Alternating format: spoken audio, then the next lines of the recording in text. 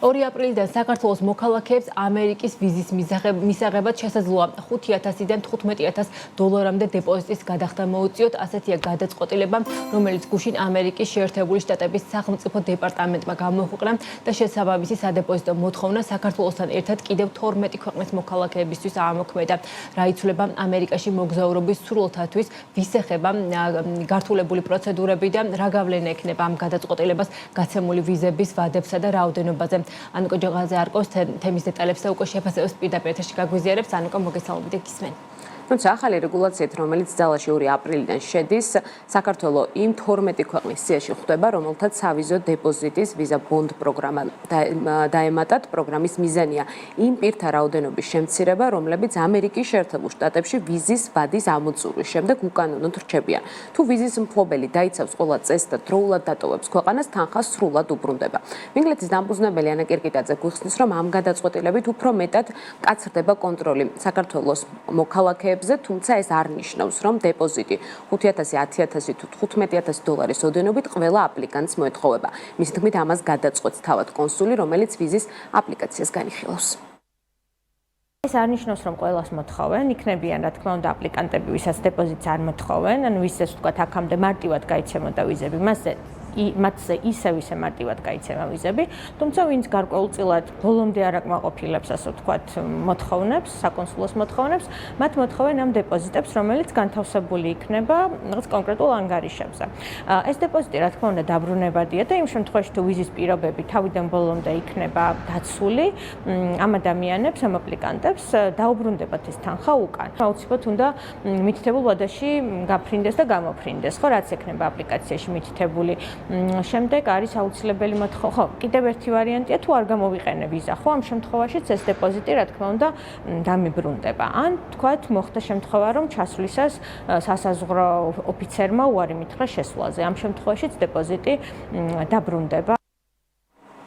შესაბამისი გადაწყვეტილება B1, B2 კატეგორიის ვიზების ვადის გადაცილების მაჩვენებლების სტატისტიკას ეფუძნება, რომელიც შიდა უსაფრთხოების დეპარტამენტის ქვეყანაში შემოსვლის და გასვლის ვადა გადაცილების 2024 წლის ფისკალური ანგარიშში ასახული. აღნიშნული დოკუმენტის თანახმად საქართველოს მოქალაქეების მიერ B1, B2 კატეგორიის ვიზებით ვადა გადაცილებების მაჩვენებელი 2024 წელს 7.53% იყო, კერძოდ ოფიციალური სტატისტიკით ამერიკის შეერთებული შტატები ვადა გადაცილების შემდეგ საქართველოს 690 მოქალაქემ დატოვა. ახალმა გადაწყვეტილებამ კითხვები გააჩინა ვიზის ვადებთან დაკავშირებითაც, როგორც ცნობილია, იკონსულის უფროსი სავიზო კოორდინატორი ნანა გოგუაძე ამბობს, რომ კითხვები გამოქვეყნებულ გადაწყვეტილებასთან დაკავშირებით ჯერ კიდევ არსებობს და მიმდინარეობს დაზუსტების პროცესი, თუმცა მისი თქმით, სავარაუდოდ ვიზის ვადა დამოკიდებული იქნება იმაზე, თუ რამდენად რისკიანად შეაფასებს კონსული აპლიკანტს. თუ რისკები მაღალია, მოითხოვს დეპოზიტს და ვიზაც მოკლე ვადით გაიცემა. მისი შეფასებით ეს არ ნიშნავს ავტომატურად იმას, რომ 10 წლიანი ვიზები საქართველოს მოქალაქეებისთვის სრულად გაუქმდება. არ არის დაზუსტებული, მოხდება ვიზის ვადების შემცირება თუ ისე 10 წლიანი კატეგორიით და ვადით გაიცემა. ჩვენი მოლოდინია, რომ იმ კატეგორიის ადამიანებისთვის, ვისთვისაც მოკლე ვადით ან შეზღუდული პირობებით გაიცემოდა ვიზები, სწორედ მათთვის მოხდება ამ დეპოზიტის, ესე ვთქვათ, დაწესება და სწორედ ამ კუთხით ამ ვადიდან გამომდინარე უკვე გაკონტროლდება ამ თანხის ამ დეპოზიტის უკან დაბრუნების პროცესი. ჩვენ მიმდინარე პერიოდში აპრილი-მაისის თვეში საკმაოდ დიდი რაოდენობის აპლიკანტები ყავს და ალბათ უფრო პრაქტიკა გამოაჩენს იმ ყველაფერს, თუ როგორ განვითარდება და როგორ დაალაგდება პროცესები და იმოქმედებს თუ არა ეს ამავე დროს ვიზის გაცემის პროცედურის ხანგრძლივობაზე. საქართველოსთან ერთად 18 მარტს სავიზო დეპოზიტის პროგრამის ჩამონათვალს 11 ქვეყანა დაემატა, მათ შორის არის კამბოჯა, ეთიოპია, გრენადა, ლესოთო, მავრიკი, მონღოლეთი, მოზამბიკი, ნიგარაგუა, პაპუა-ახალი გვინეა, სეიშელები და ტუნისი.